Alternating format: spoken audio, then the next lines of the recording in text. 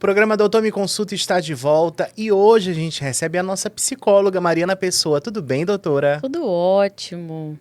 No nosso quadro Saúde com Especialista, vamos falar sobre uma realidade silenciosa que atinge muita gente.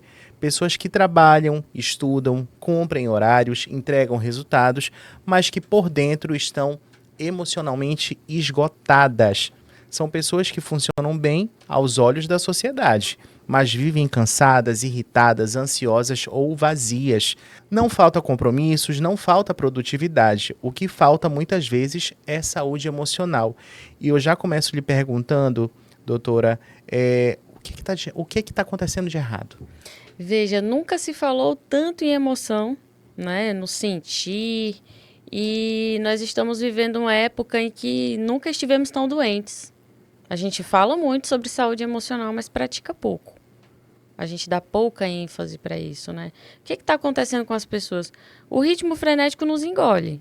Isso é um fato. As pessoas, elas são hiperprodutivas, estão ali dando conta de tudo, e é exatamente por isso que elas estão doentes. Eu brinco até dizendo, onde está escrito que você tem que dar conta de tudo? Quer dizer, não está tudo bem, não botaram ok num item da lista? Querem ser super-heróis ou heroínas, né, doutora? Exato. E se cobrar isso, é adoecedor. Quando eu me assumo mais humano, é quando eu me permito ser falho. E eu preciso me permitir falhar. Falhar é importante e é humano. E nós precisamos nos permitir. Porque às vezes a gente leva muito ritmo de tudo ou nada. Ah, se eu não cumprir um item dessa lista, então eu sou um incompetente. E não, é só porque não deu tempo. Você fez todas as 39 coisas da lista e faltou essa e tá tudo certo. Você tem o outro dia, a outra semana, o outro mês. É esse ritmo de urgência que a gente se impõe, que é um tanto quanto psicótico, sabe? Se cobrasse, tudo é para ontem, eu tô sempre atrasado. O cérebro não aguenta isso. É mentalmente exaustivo. E aí o que acontece? A gente adoece. Por que esse tipo de sofrimento ele é tão difícil de ser percebido por quem está de fora, doutora? Veja, esse ritmo ele é muito melhor percebido por quem está de fora do que por quem está vivendo. Sabia? Uhum. As pessoas, elas percebem a tua vida maluca, frenética, sem tempo. Geralmente você está cansado, irritado, indisposto. Mas você não se nota. Você não se nota. É como se você não tivesse ali o reflexo do espelho. Aí você não se nota. Muitas vezes você se nota quando você já está acabado, esgotado. Eu até fiz, Hélio, uma conversa com o Dr. Leandro Duarte, ao vivo, um tempo atrás, e ele falou assim, aí eu perguntei, Leandro, quem vai mais no teu consultório? Quem aparece mais por lá? E aí ele falou assim, vem mais mulheres do que homens. Eu falei, eu aposto que os homens, quando vão acompanhados por mulheres. Aí ele deu risada e falou, Mari, exatamente. Exatamente. Os homens, eles se percebem muito menos e quando eles vão procurar um especialista, eles já estão rastejando. É um cara que está lascado, sabe? Com sobrepeso altíssimo, com estresse super elevado. Nem se fala em tempo de qualidade para nada, sabe? E aí, eles estão literalmente adoecidos fisicamente e mentalmente. É possível a gente... Antes de eu fazer essa pergunta, a gente sabe que a gente tem uma cultura de produtividade e o de dar conta de tudo. Sim. Né? Essa que é a realidade. Contribui para esse adoecimento emocional de que forma, doutora? Essa forma como a gente enxerga? Sim, veja, é aquela coisa de não se permitir errar, porque é como se um erro já acabasse com tudo. E eu até transporto um pouco isso, Hélio, para os relacionamentos. Eu aderi a essa reflexão após algumas leituras, de assim, as pessoas, elas não se permitem errar na sua vida e elas também não se permitem errar dentro dos relacionamentos, mas não estou falando de erros grotescos, mas de às vezes você falar com o seu parceiro e ter uma fala ali não tão assertiva. As pessoas não se permitem errar. Elas não se permitem ter conflitos, elas não se permitem brigar. É como se tudo fosse muito frágil.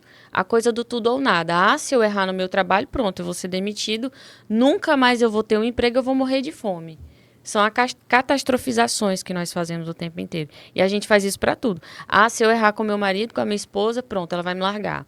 Ah, se eu errar com meu filho, se eu disser um não pro meu filho, pronto, ele nunca mais vai olhar na minha cara, ele rompe comigo, ele não me quer mais como pai. É tudo uma cultura do tudo ou nada. É como se não houvesse um meio termo. E esse meio termo, ele existe. Essa coisa do tudo ou nada é uma criação da nossa cabeça. E a gente precisa o tempo todo dar aquele estalo e dizer assim, ei, peraí, não é assim. Não é assim. Eu devo errar, porque é quando eu erro que eu aprendo. Até eu aprender a andar de bicicleta, eu levei quantos tombos, meu Deus. Né? Até eu ter coordenação motora para comer minha própria refeição, quantas vezes eu derrubei a comida no chão. E a gente esquece disso. É verdade. Olha, você que está ouvindo agora o Doutor Me Consulta, quer participar da nossa entrevista, manda sua mensagem, 991541079. Estamos falando hoje sobre por que tanta gente funciona bem, mas está emocionalmente quebrada. Você que está acompanhando a gente, está passando por isso? A nossa psicóloga está aqui para responder, né, doutora? Exato. E eu até queria dizer que, veja, estar funcionando não é sinônimo de saúde, tá? Não é. Às vezes tem muita gente se arrastando aí, doutora. Literalmente, literalmente. Quer um exemplo? Vê, você funciona ali no teu trabalho, mas tu vai trabalhar esgotado todo dia porque não dormiu. Isso não é sinônimo de bom funcionamento. E não é sinônimo de saúde. Verdade. É possível manter a rotina funcionando enquanto a saúde mental vai se deteriorando? Sim, e é justamente por isso, por estar sustentando ali a rotina. E assim, qual é o preço? A que custo? Eu estou acompanhando uma paciente, ela é recém-formada. E ela estava se impondo um limite um ritmo de trabalho extremamente abusivo. E aí a gente chegou a um ponto de que, olha, não compensa. Se você estivesse numa situação em que você fosse passar fome, caso você não trabalhasse, até que faz um certo sentido, porque a gente troca ali 6 por meia dúzia, né? Uhum. Mas como não é o seu caso, você ainda tem um tempo, você está estudando, você acabou de se formar. Então não faz sentido que você se imponha esse ritmo com, assim, qual que é a contrapartida? É a tua saúde mental. Não, não vale a pena, não é assim que funciona. Não deveria ser assim. Se está custando a tua saúde mental, tua saúde física, não está valendo a pena. A conta não fecha. Porque aí você está ganhando dinheiro, mas você vai gastar todo esse dinheiro com remédio. Então não compensa. Então a gente precisa pensar, também não estou romantizando o desemprego não, tá, galera? Para que fique dito.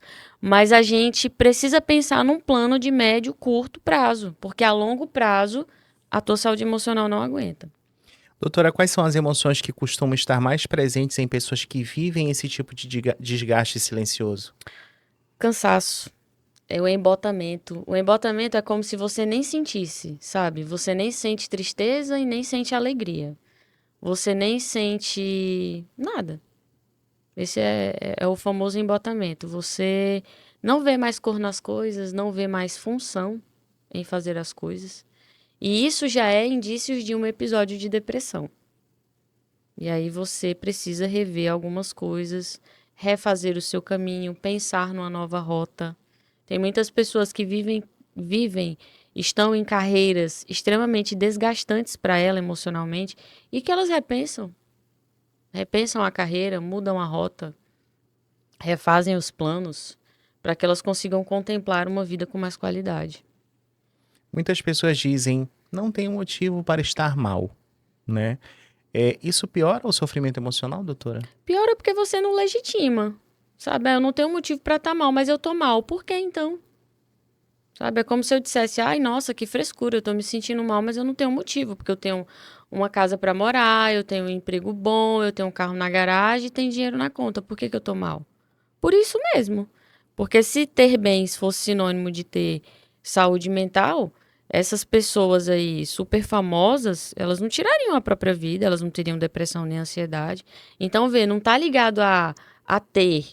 Óbvio que você ter uma vida financeira equilibrada é sinônimo de proteção, sabe? É um fator de proteção. Mas não é o você ter uma saúde financeira equilibrada que faz com que você não adoeça. Uhum. E todo o resto, né? Esse estado, ele pode estar relacionado à ansiedade, depressão, síndrome de burnout? Sim, sem sombra de dúvida, sabe? A gente torna tudo muito automático. A gente automatiza tanto as coisas que se desliga emocionalmente. A gente tá, mas não tá. E aí isso começa a trazer mesmo ansiedade, depressão, muitas vezes explosões emocionais, e essas explosões, elas já são um sinal de alerta de que de fato você está precisando de ajuda porque você não está bem, sabe? Essas explosões, elas vêm quando você está muito cheio. A vida, ela Exatamente. acaba perdendo sentido, sabe? E exatamente por isso, né, é que existe. Porque algumas pessoas, elas só podem perceber que estão emocionalmente quebradas quando o corpo ele começa a dar esses sinais, né, doutora? É, e infelizmente, o que deveria ser prevenção acaba sendo um tratamento. Você já está com sintoma físico, Chegou no crítico, taquicardia, né? taquicardia, as crises de ansiedade, elas vêm como parece que você está colapsando, morrendo, falta o fôlego, o coração acelera, vem um nó na garganta, a dificuldade de respirar, a angústia. As pessoas têm certeza que estão tendo alguma coisa, aí vão direto para o pronto atendimento, aí fazem lá seu check-up, passam pelos especialistas e eles dizem, bom, você provavelmente teve uma crise de ansiedade. E o hábito de engolir emoções e seguir em frente, ele pode ter consequências a longo prazo? Total. Tudo aquilo que você cala vai se transformar em sintoma. Aí são aqueles elogios extremamente adoecedores. Nossa, como você é forte. Uhum. Nossa, você parece ser uma pessoa tão equilibrada. E a pessoa, hã? E a pessoa vai acreditando, né? E aí vê, você introjeta isso e diz assim: bom, eu sou uma pessoa forte, então eu não posso ser fraca. Mas sentir não é sinônimo de fraqueza. Sentir e identificar é sinônimo até de autoconhecimento. Bom, eu sinto, tá aqui. E buscar essa ajuda psicológica ainda é visto como fraqueza, né, doutora? E não. E na verdade é uma inteligência emocional, sabe? Imagina, você quer construir uma casa inteira, e você diz, ah, não, eu vou fazer sozinho. Que qualidade essa casa termina ao final? E que custo isso vai ter para a sua saúde física e mental? Então, inteligente é pedir ajuda.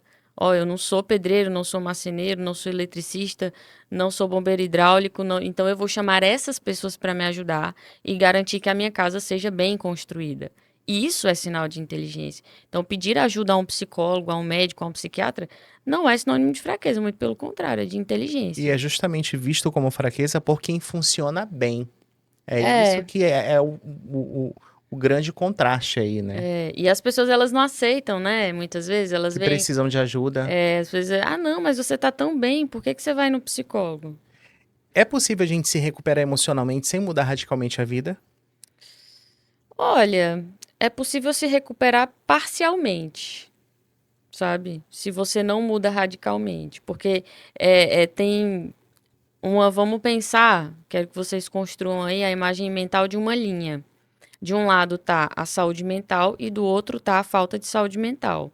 Aí você cruza essa linha. Para você voltar a ter saúde mental, você tem que mudar radicalmente. E para você se manter do lado da linha ali da saúde mental, todos os dias você lança mão de vários esforços. Então, você cruzou a linha, teve ali uma crise de ansiedade, uma crise de pânico, ou teve um episódio de depressão. Você já cruzou a linha. Então, você é uma pessoa mais vulnerável, se comparado às pessoas que nunca cruzaram a linha. Uhum. E aí, para você se manter do outro lado da linha, que é ter saúde mental, usufruir disso todo dia, você todos os dias precisa fazer alguma coisa. Que pequenas mudanças podem ajudar, doutora, a sair desse estado de sobrevivência emocional? Primeiro, entender que não existe esse forte o tempo todo. Acabar com essa coisa romântica do super-herói, porque até o super-herói ele fraqueja. Eu tenho a imagem que representa isso quando o Homem de Ferro estava no meio de uma batalha. Tem um dos filmes aí acho que é Marvel, né? Uhum. E aí o Homem de Ferro, ele tá no meio de uma batalha, mas aí ele começa a se sentir mal, ele se escora num carro, ele senta no chão e a batalha acontecendo, e ele tendo uma crise de pânico, coração acelerado, ele com a sensação de morte. O Homem de Ferro. Então, quem é você na fila do pão? É verdade. Se o Homem de Ferro sentiu, imagina a gente, né? Se o Homem de Ferro não é de ferro, que dirá nós? É Nós não verdade. devemos querer ser. Doutora, Para a gente finalizar, para quem está ouvindo agora, o Doutor Me Consulta e se identificou com esse tema, qual é o primeiro passo para começar a se cuidar emocionalmente? Busque ajuda, coloque você no topo da sua prioridade. Às vezes a gente coloca filho, família, trabalho e não é você, porque que apoio, que amparo você vai dar para o seu filho se você não está bem? Que apoio e amparo você vai dar ali no seu trabalho se você não está bem emocionalmente? Então, o topo da sua prioridade, da sua lista de prioridades, quem tem que estar no topo é você. E todo o resto vem depois. A ordem exata é essa. Então, se priorizar. Entender que você não tem que ser forte o tempo todo, muito pelo contrário. Você tem que se colocar no seu papel de ser humano, que falha, que erra, que todo dia está ali na tentativa de ser alguém melhor. Mas não se cobrar e não ter a síndrome de super-herói, porque isso aí só leva ao adoecimento. Já deixe seu contato, então, para os nossos ouvintes, para poderem fazer lá o agendamento e já procurarem seu auxílio, doutora. Perfeito. Veja, buscar ajuda emocional é sinônimo de força e inteligência. Você me encontra no WhatsApp, no 959-8123-3874, no Instagram, Mariana Psique Pessoa, e no YouTube, Mariana Pessoa Psicóloga. Espero vocês por lá com muito conteúdo sobre saúde mental e a vida no cotidiano. Falando em conteúdo mental, semana que vem a nossa psicóloga estará por aqui novamente e a gente falará sobre mais um super tema. Eu vou para um breve intervalo e já já eu volto, não sai daí.